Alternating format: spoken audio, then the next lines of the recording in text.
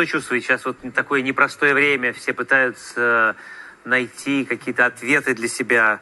Какие вот глобальные перемены нас ждут в 2023? Можно? Я вчера получил видение такое, наплыв душевных сил, и изложил на этот вопрос. Конкретизировать предстоящие локальные события я не стану. Подлянка придет оттуда, откуда не ждешь. Чтобы этого не случилось, нам необходимо всем сплотиться воедино против сатанинского зла. Нам, российскому многонациональному народу, суждено спасать человечество. Я это вам истинно говорю. Оставьте свои амбиции.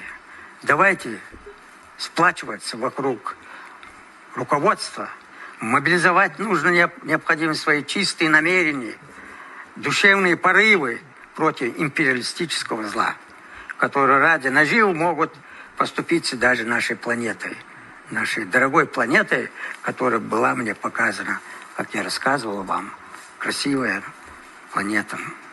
Лозунг знаменитый, вы знаете это все, «Родина-мать зовет», как никогда актуально и сегодня, именно сейчас. Тот, кому пришла в голову мысль об этой передаче, он уже благословлен небесами, он уже миссионер. Добрыми делами мы и спасемся. Наш многонациональный российский народ спасет не только свою страну, но и весь мир от буржуазного фашизма.